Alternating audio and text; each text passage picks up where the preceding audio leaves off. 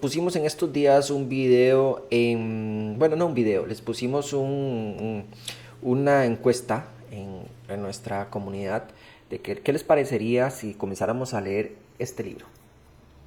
¿Qué les parecería si comenzáramos a leer este libro?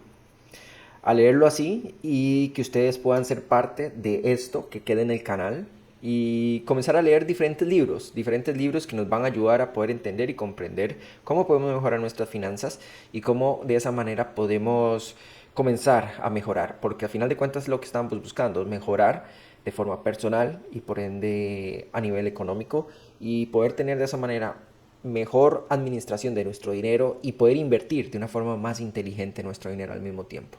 Pero hay que saber cómo administrar y por qué estamos administrando y por qué estamos invirtiendo en diferentes cosas y por qué razones a veces, aunque la gente te diga que es bueno invertir en esto, por qué no es bueno invertir en eso y por qué sí deberíamos de invertir en esto otro. Eso es lo que queremos que ustedes vean con nosotros y comiencen a aprender.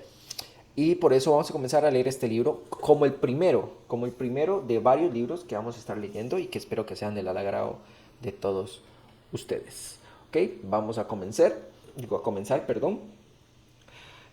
Robert T. Kiyosaki, de Bolsillo, Padre Rico, Padre Pobre, que les enseñan los ricos a sus hijos acerca del dinero, que los pobres y la clase media no, que es lo más importante y es cierto. No tenemos que dejar que la sociedad nos enseñe. La sociedad hoy en día nos enseña que alguna persona de clase de recursos económicos bajos o medios no puede invertir, no puede generar ganancias, no puede pensar en tener éxito en el futuro. Y eso no es verdad. Al final uno como persona es quien decide qué éxito va a tener y cómo lo va a llevar y saber que sí se puede hacer. Al final de cuentas depende de uno mismo, de nuestra propia capacidad y creérnoslo, porque lo más importante, creérnoslo y tenerlo aquí en nuestra mente y repetírnoslo todos los días, en todo momento. Y en el momento que estemos fallando, recordarlo nuevamente. Ok. Dice, damas y caballeros, agradecimientos, cómo agradecer cuando hay tantas personas a las que se les debe algo. Obviamente este libro es una muestra de agradecimiento a mis dos padres, quienes fueron influyentes modelos a seguir, y a mi madre, quien me enseñó sobre el amor y la gentileza. Aquí mi esposa, compañera en el matrimonio, los negocios y la vida. La persona que más se involucró para que este libro se volviera una realidad. Ella hace que mi vida esté completa.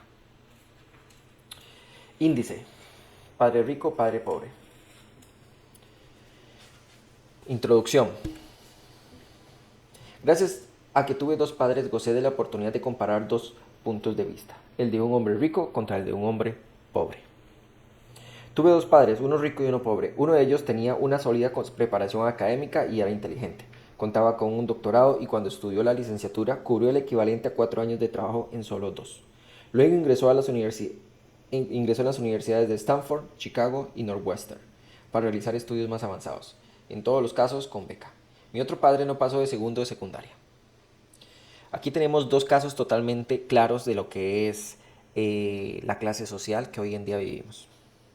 Ambos tuvieron éxito en sus carreras y trabajaron con ahínco durante toda su vida. Los dos llegaron a recibir ingresos muy sustanciosos. No obstante, uno siempre batalló en el aspecto financiero, mientras que el otro llegó a ser uno de los hombres más adinerados de Hawái.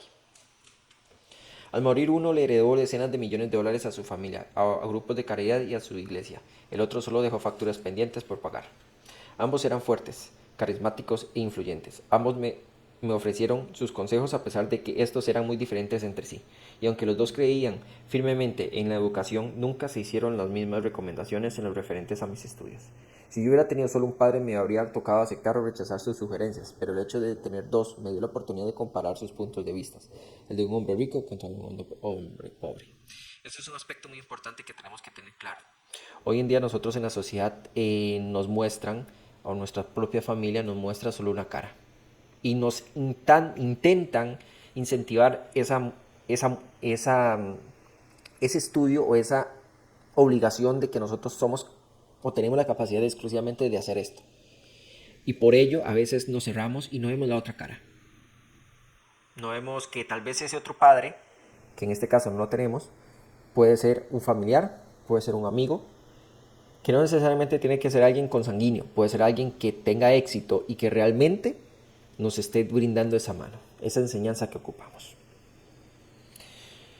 En lugar de aceptar o rechazar a uno u otro, pude pensar más, comparar y finalmente elegir por mí mismo. El problema fue que en ese momento el rico aún no se había vuelto rico y el pobre tampoco era pobre del todo. Ambos estaban al inicio de sus carreras y afrontaban dificultades familiares y económicas. A pesar de ello, sus puntos de vista respecto del dinero eran muy distintos. Por ejemplo, uno de mis padres decía, el amor por el dinero es la raíz de todos los males. Mientras que el otro afirmaba, no tener dinero es la raíz de todos los males. El hecho de tener dos padres siendo tan joven me ocasionó conflictos interiores y exteriores. Yo quería ser un buen hijo y escucharlos, sin embargo, no hablaban desde el mismo lugar. El contraste entre sus visiones y en particular en lo que pensaban con relación al dinero eran tan extremo que mi curiosidad fue creciendo y yo me sentí cada vez más intrigado. Y entonces empecé a pensar por periodos más prolongados sobre lo que cada uno decía.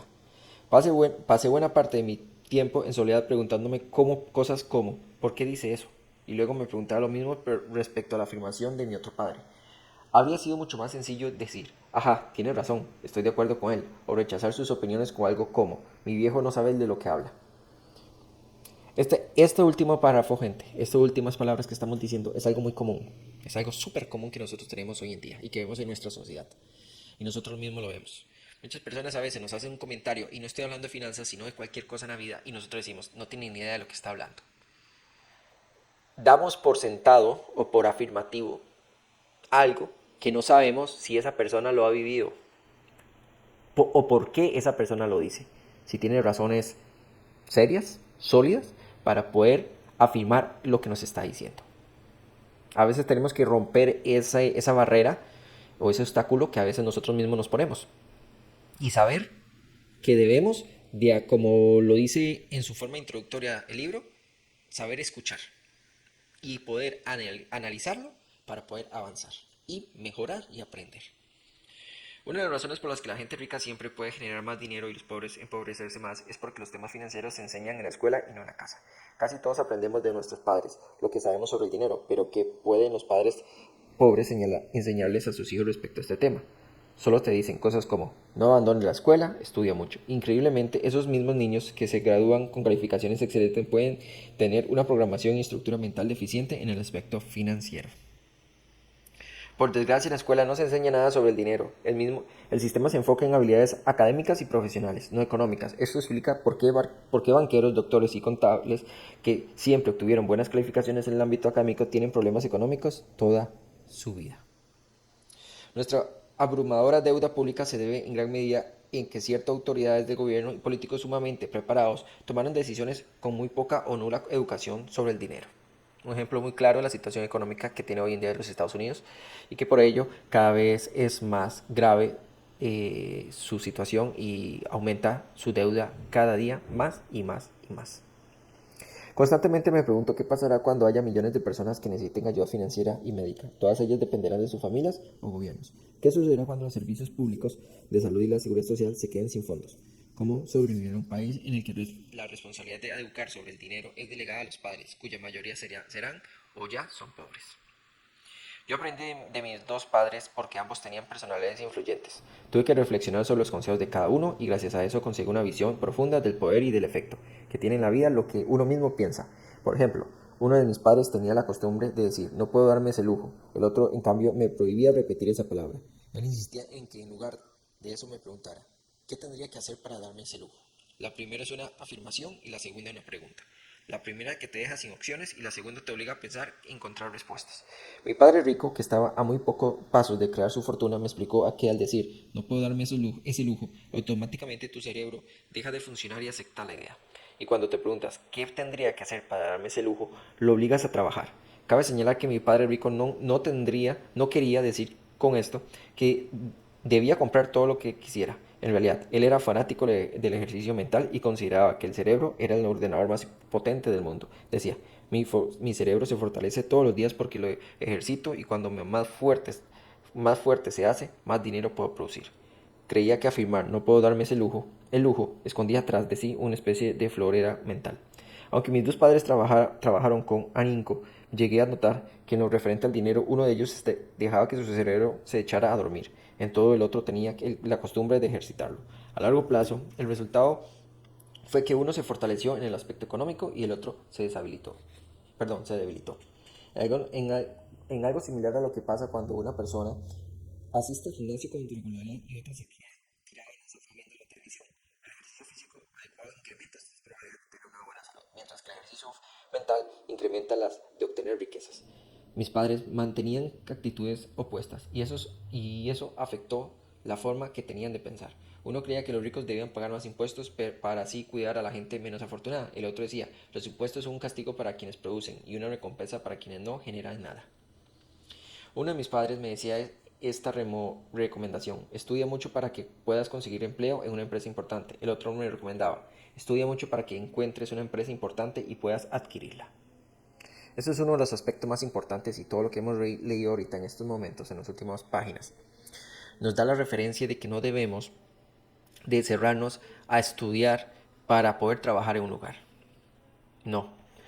Mientras nosotros estudiemos más, seamos excelentes en nuestro trabajo, seamos eficaces y eficientes, que es algo muy importante que tenemos que tener claro nosotros, que es muy diferente ser bueno a ser eficaz y eficiente. Ambas cualidades son sumamente importantes. Las personas, tú no vas a tener que buscar un trabajo, tú no que vas a tener que buscar cómo obtener dinero. Las personas te van a buscar a ti, porque van a ver tu calidad como profesional. Y que tu calidad como profesional les va a ayudar a generar dinero, por lo cual te van a estar buscando constantemente. No es estudiar por estudiar, es estudiar para ser uno mejor, para ser uno mejor en todo momento. No únicamente para una empresa, sino para ti mismo. Tenemos que quitarnos esa idea de que nosotros somos personas sirvientes de la sociedad. Tenemos que pensar que la sociedad sirve para nosotros. ¿Qué me va a dar la sociedad a mí cuando yo sea profesional? ¿Qué me va a dar la sociedad a mí si yo tengo esta gran idea? No necesariamente tengo que ser profesional. También, si soy una persona que tiene la capacidad de poder desarrollar eh, grandes programas o grandes propuestas, la sociedad te va a buscar a ti, porque te va a ver como algo importante para poder seguir creciendo.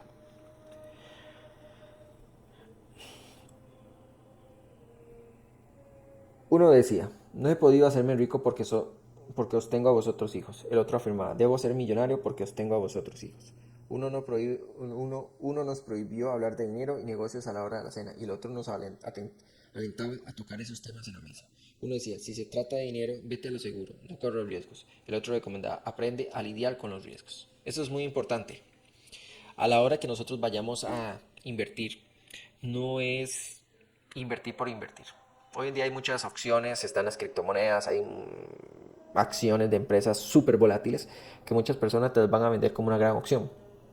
Y sí, hay personas que han ganado mucho dinero con ello, pero son personas que en su momento han ganado mucho dinero y si tú lo ves a futuro o les das seguimiento a futuro, van a perder ese dinero rápidamente, porque no tienen la capacidad de manejar el riesgo, porque fue un golpe de suerte. Y hay personas que tal vez no ganaron una gran cantidad de dinero, pero que ganaron dinero con esas mismas inversiones. Pero si tú le das seguimiento a futuro, sí van a tener mucho dinero y van a tener muchísimo mayor estabilidad económica. ¿Por qué? Porque ellos manejaron de una forma adecuada su riesgo. Ok, puedo invertir en esta acción, puedo invertir en estas criptomonedas, puedo invertir en estas divisas, puedo invertir en esto, pero puedo invertir esto por esta cantidad. Puedo invertir un 3%, un 5%. ¿Por qué? Porque estoy completamente seguro de que mi análisis dice que esto es lo que podría invertir y esto es lo que estoy dispuesto a perder o arriesgar en todo momento. Sin invertir el 100%, un alto porcentaje que ponga en riesgo todo lo demás de tu dinero y lo más importante, tu parte psicológica, que es la fundamental para poder mantenerte a futuro. Uno creía, la casa es nuestra mayor inversión y nuestro activo más importante. El otro sostiene, mi casa es un pasivo. Y sí, para ti representa el activo más importante, estás en problemas. Mis dos padres pagaban a tiempo su recibo, sin embargo, para uno era la primera tarea por hacer y para el otro la última. Uno de mis padres creía que la empresa para la que trabajaba o el gobierno debían hacerse a cargo de él y sus necesidades. Vivía preocupado por los aumentos de sueldo, los planes de jubilación, las prestaciones médicas, los permisos de enfermedad, los días de vacaciones y otras alicientes. A él impresionaba mucho la historia de sus dos tíos que se alistaron en el ejército y después de 25 años de servicio activo obtuvieron un paquete de jubilación, beneficios de por vida y un título. Le encantaba la idea de contar con las prestaciones médicas y los privilegiados de la tienda militar que el ejército le ofrecía a sus jubilados. También le fascinaba el sistema de plazas que estaba disponible a través de la universidad. A veces la idea de tener un empleo seguro y prestaciones de por vida les parecía muy importante que el trabajo mismo. Con frecuencia comentaba, trabajé mucho para el gobierno, tengo derecho a esas prestaciones. El otro creía en la independencia económica total. Criticaba mucho esa idea de que la gente tenía derecho a algo y que decía que esta noción daba pie a que existiera gente débil y con necesidades económicas. Hacía mucho énfasis en que debía ser competente en el aspecto financiero. Uno de mis padres batallaba bastante para ahorrar unos cuantos dólares. El otro realizaba inversiones. Un padre me enseñó, redactó un currículo impresionante para conseguir un buen trabajo. El otro me enseñó cómo redactar sólidos planes financieros y de negocios para generar empleos. Debido a que fui producto de dos padres fuertes, puedo darme el lujo de observar los efectos que los distintos tipos de visiones tienen en la vida personal. Y comprobé que la gente realmente puede dar forma a su vida a partir de sus pensamientos.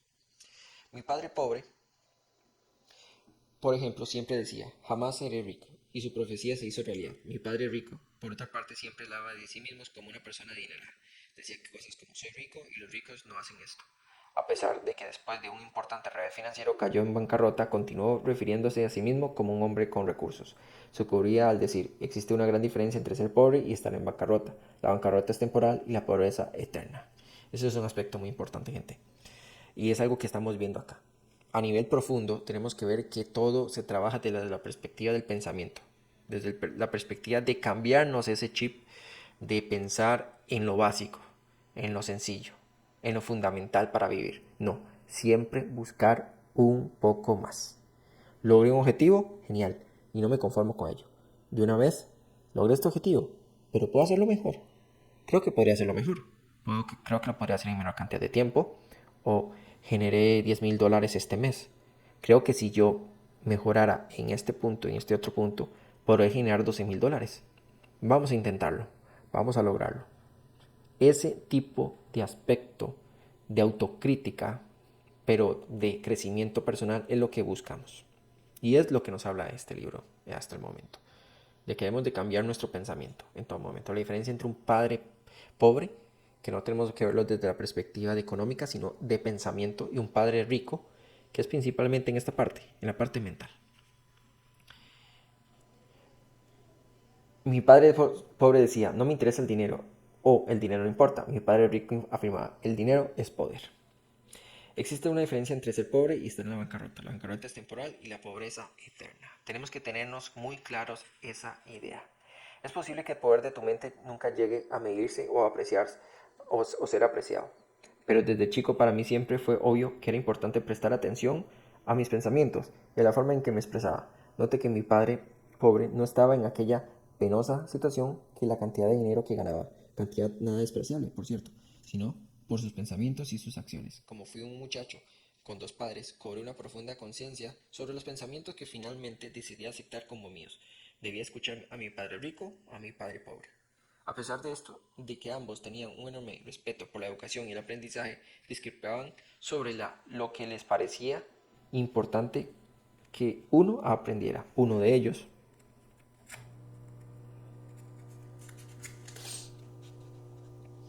quería que yo estudiara mucho, que obtuviera un título, que consiguiera un buen empleo y ganara dinero, que querías que estudiara para llegar a ser un profesional, abogado o contable, y que luego regresara a la escuela para obtener un máster. El otro me animó a estudiar para hacerme rico o entender cómo funciona el dinero y de qué manera podía hacerlo trabajar para mí. Yo no trabajo para obtener dinero, me repetía constantemente. El dinero es el que trabaja para mí. A los 9 años decidí prestarle atención a mi padre rico y aprender de él acerca de temas financieros. En ese momento también tomé la decisión de no escuchar a mi padre pobre a pesar de que él era quien tenía los títulos universitarios. Una lección de Robert Frost. Robert Frost es mi poeta favorito, y aunque me gustan muchos de sus poemas, El camino no elegido es mi favorito. Casi todos los días aprovechaba la lección que hay en él. El camino no elegido. Dos caminos divergieron en un bosque dorado. Yo sufrí por no poder viajar por ambos. Siendo un viajero solitario, permanecí ahí un largo rato y miré por uno tan lejos como pude y con algo de arrebato hasta donde des- hasta donde se sesgaba en la espesura. Pero luego tomé el otro, igual que el primero en belleza, y me parece tal vez elegí U con certeza, porque en él la hierba era tupia y anhelaba ser pisada, a pesar de que en aquella encrucijada los que habían pasado los habían desgastado a casi por igual. Y aquella mañana los dos yacían de forma similar. Ninguna pisada había ennegrecido totalmente las hojas, pero dejé el primero para otro día. Y sabiendo cómo el camino nos lleva por la vía, dudé si alguna vez regresaría. Diré esto con un suspiro, a siglos y siglos del camino. Dos caminos se separaron en un bosque y yo tomé el menos transitado. Y eso marcó la diferencia. Un poema muy claro en su último párrafo. Hay dos caminos en la vida, el camino en donde todo el mundo va, el camino por donde tal vez el proceso sea más fácil, sea más sencillo, y el camino en donde muy pocas personas van y que a veces puede traer diferentes momentos de dificultad y aprendizaje. Y si no somos unas personas abiertas en mente, no vamos a tomar ese camino y nos vamos a ir por un camino básico, por un camino sencillo, en donde no vamos a lograr muchas cosas que tengamos en nuestra mente, porque ese camino no nos da esas herramientas que ocupamos. Y esas herramientas a veces no es dinero, son momentos de aprendizaje que debemos de aprovechar y poder de esa manera aprender de ellos, aprender de las dificultades, de los problemas que se presenten, para poder en el futuro sacarle provecho a todo ello, que es fundamental en este aspecto. Y eso marcó toda la diferencia. A lo largo de los años he reflexionado en varias ocasiones acerca del poema de Robert Frost. Fue muy doloroso elegir no prestarle atención al padre con más estudios, no escuchar sus consejos ni tomar en cuenta su actitud en relación con el dinero. Sin embargo, esa decisión le dio forma al resto de mi vida.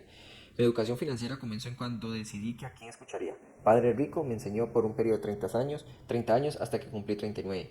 Dejó de instruirme cuando se dio cuenta que ya entendía a la perfección lo que durante tanto tiempo trató de inculcarme y lo que tanto insistió a veces, a pesar de lo cabezota que era yo. El dinero es una forma de poder, pero la educación financiera es aún más poderosa que él. El dinero va y viene, pero si tienes información acerca de cómo funciona, entonces ejercerás poder sobre el mismo y podrás empezar a generar riqueza. El pensamiento positivo no funciona por sí solo. La mayoría de la gente asistió a la escuela pero nunca aprendió cómo funciona el dinero y por eso, a pesar de su optimismo y buenas intenciones, se pasa la vida trabajando para obtenerlo. Debido a que solo tenía 9 años cuando empecé, las clases de Padre Rico eran muy sencillas. Al final de las mismas, cuando acabo de explicarme todo, noté que solamente me enseñó sus 6 lecciones fundamentales, que se repitieron a lo largo de 30 años.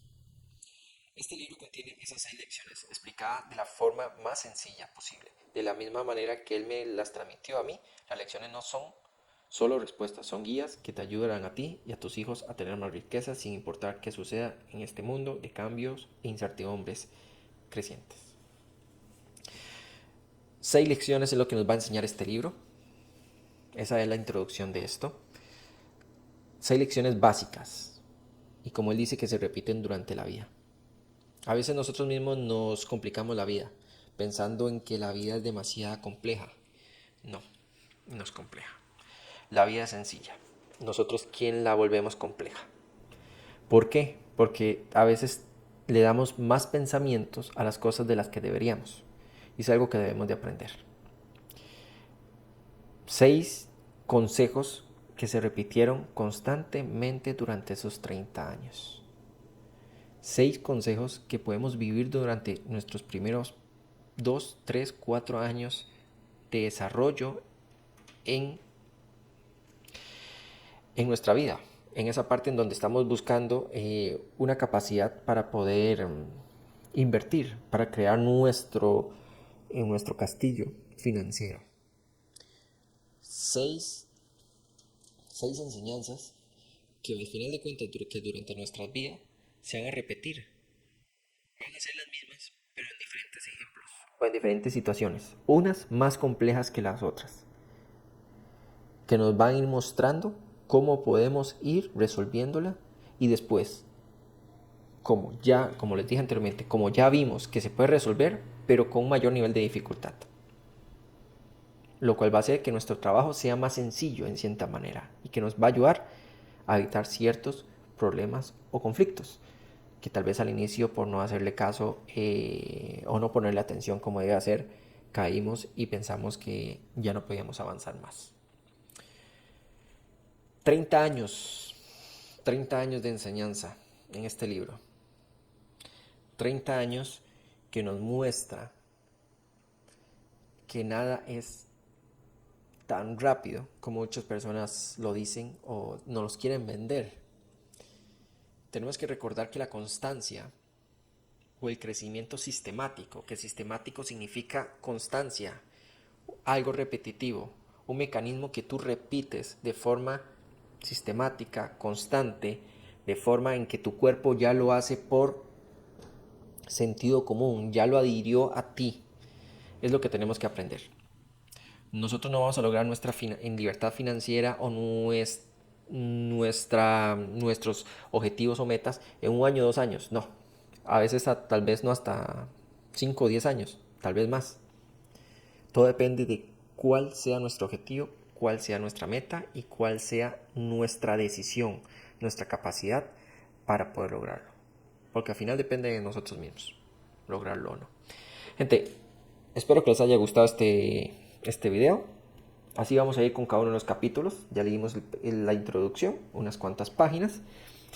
Espero verlos en el próximo video. Si te gusta, dale un fuerte like. Nos vemos en un próximo video de Trading World. Recuerden que esto va a ser una lista de producción nueva. Vamos a comenzar a leer estos libros que nos van a enseñar y que creo que van a ayudarnos. Espero que la pasen muy bien.